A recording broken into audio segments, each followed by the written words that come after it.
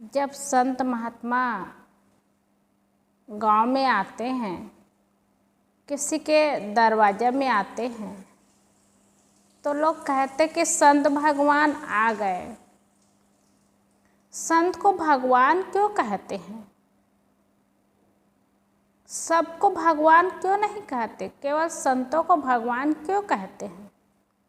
इसलिए कि भगवान का अर्थ ही होता है भग्न कर दिया वान, जिसको कहते हैं भगवान, जो सारे बुराइयों का त्याग कर दिया, सारे दोषों से मुक्त हो गए और जीवन में सारे सद्गुणों को भर लिए, वो भगवान हो गए।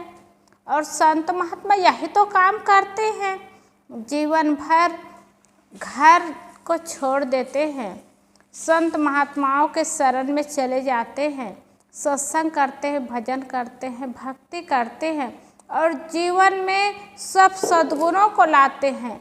दया, क्षमा, संतोष, धैर्य, विचार, ये सारे सद्गुणों को लाते जाते हैं तो धीरे धीरे जीवन चमकता जाता है और सारे बुराइयों का त्याग होता जाता है। क्योंकि तन, मन और वाणी से 10 दोष मानते हैं। तन का दोष होता है जिसको मोटा दोष कहते हैं, चोरी, हिंसा, व्यभिचार, ये तन का दोष है। मन का दोष है ईर्ष्या, क्रोध, मान और छल, ये मन का दोष है। और वचन का दोष है गाली, निंदा और झूठ, ये वचन का दोष है। इस प्रकार से 10 दोष मानते हैं। जो संत महात्मा होते हैं ना, ये 10 दोषों का त्याग कर देते हैं। तो चोरी, हिंसा और व्यभिचार तो बहुत बड़ा दोष होता है, इसको तो करते ही नहीं, चोरी का काम करते नहीं और जीव की हत्या बिल्कुल नहीं होती। छोटे से चींटी को भी बचाने का प्रयास करते हैं संत महात्मा, छोटे से जीव को भी अपने तरफ से जहाँ तक बन सके बचाते हैं और हत्या उनसे होता नहीं। और व्यभिचार का काम तो उसके मन में भी नहीं होता, इतना दूर रहते हैं दोषों से, किसी को गाली नहीं देते, किसी की बुराई नहीं करते और झूठ नहीं बोलते, तो इससे भी मुक्त होते हैं।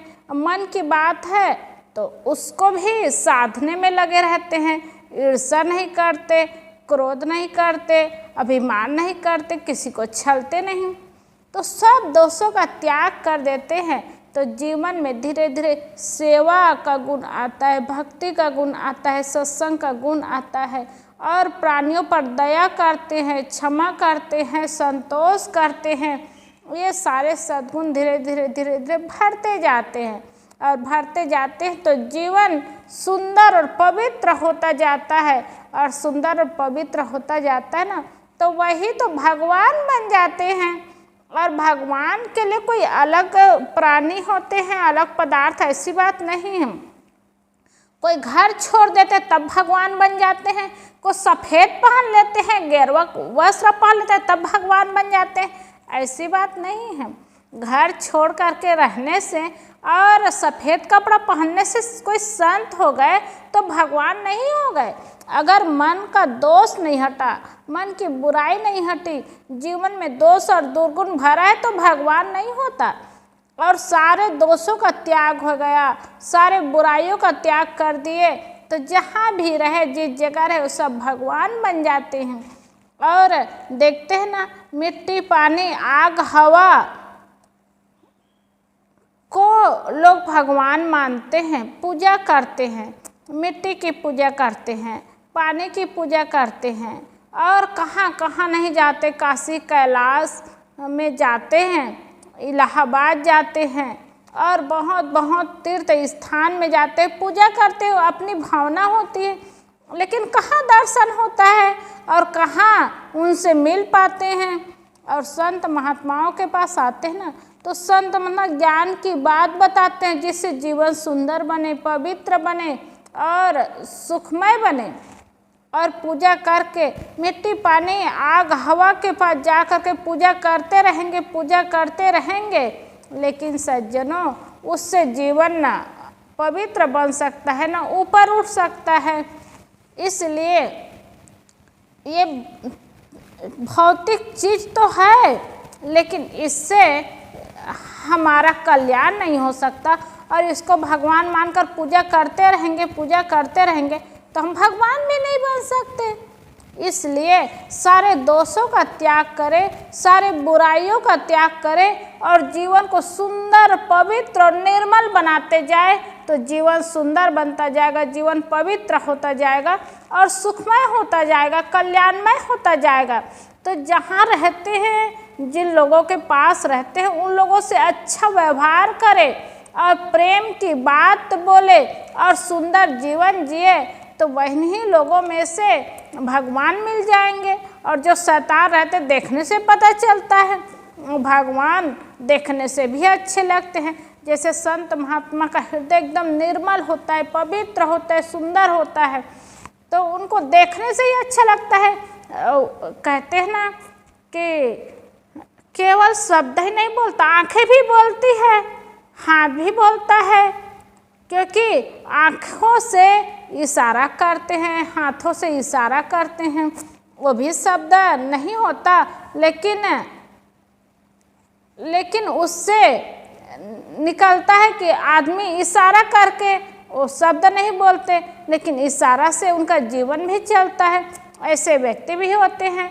कई बार पानी लाओ ऐसे कहेंगे तो हाथों से इशारा करके बुलाएंगे, कोई व्यक्ति आ गए तो आँखों से इशारा करके बिठाएंगे। ऐसे भी व्यक्ति होते हैं। तो इस तरह से हम जड़ चीज को देवी देवता माने और पूजा पाठ करें, उनके पीछे चलते रहे, हे भगवान, हे देवता, मेरे नैया पार करो, जीवन को सुंदर बनाओ, सुखमय बनाओ, धन दो, पुत्र दो, सम्मान दो। ऐसे करके माथा टेकते रहेंगे, उससे क्या होगा? कर्म को अच्छा बनाए, जीवन को अच्छा बनाए, मन को अच्छा बनाए और जीवन को सारे सद्गुणों से भरते जाए तो जीवन सुंदर होगा, सुखमय होगा और पवित्र होगा। और आदमी को नहीं समझ पाए और भगवान ढूंढने जाएंगे तो भगवान कहाँ मिलेगा? किसी ने कितना सुंदर कहा है, इंसान से नफरत करते हो, भगवान को तुम क्या पाओगे? इंसान को तुम अपना न सके, भगवान को क्या अपनाओगे? इंसान की इज्जत करना ही भगवान की पूजा होती है। इंसान को अपमानित करके प्रभु को न मान दे पाओगे।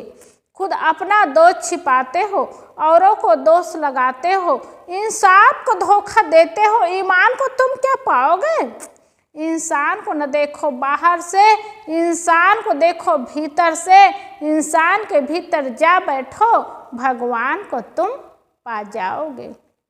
हम इंसान के भीतर जा कर के तो देखें, बड़े बड़े महापुरुष आए, भगवान बुद्ध, महावीर, स्वामी सदगुरु कबीर साहेब, बड़े बड़े महात्मा आए, हमारे आँखों के सामने में बड़े बड़े महापुरुष आए, सदगुरु श्री अभिलाष साहेब जी आए, इतने महान पुरुष रहे। उनको देख करके लोगों का सर झुक जाता था, हृदय नतमस्तक हो जाते थे। और हमारे भगवान आए हैं करके एकदम हृदय में खुशी भर जाती थी, प्रसन्नता से लोग भर जाते थे। क्यों ऐसा होता था? क्योंकि ऐसे महापुरुष जीवन भर अपने साधना में मन को तपाते हैं और अपने जीवन को सद्गुणों से भर करके खुद सुख और शांति का जीवन जीते हैं और सुख और शांति का रास्ता लोगों को बताते हैं। तो वो निश्चित है ऐसे महापुरुष भगवान होते हैं और ऐसे भगवान के रूप में संत महात्मा, संत गुरुजन हमारे दरवाजा में आते हैं और हमको ज्ञान की बात बताते हैं। निश्चित है ऐसे महापुरुषों के नज़दीक में बैठने से, ज्ञान की बात सुनने से हृदय में परिवर्तन आता है और खुशी होती है, अच्छा भी लगता है कि हम लोग भी ऐसे जीवन जी सकते हैं, हम लोग भी अपने जीवन को अच्छा बना सकते हैं, सुंदर जीवन जी करके सुखमय बना सकते हैं और जीवन को सफल बना सकते हैं, कल्याण का काम कर सकते हैं। तो संत महात्माओं की बात सुन के, उनके ज्ञान सुन करके तो हृदय में साहस होता है, बल होता है, शक्ति आती है कि हम भी ऐसा जीवन जी सकते हैं और जीवन को सुंदर बना सकते हैं। और इसीलिए सारे दोषों का त्याग होता है, सारे बुराइयों का त्याग करते हैं और जीवन को सद्गुण संपन्न बनाते हैं। देखते हैं ना, गांव में कई लोग इतने अच्छे होते हैं, इतने बढ़िया होते हैं कि उनको देख करके ही अच्छा लगता है। जिनका जीवन सद्गुणों से भरा रहता है ना, वो कुछ दे या ना दे, लेकिन उस व्यक्ति को देखने से ही अच्छा लगता है।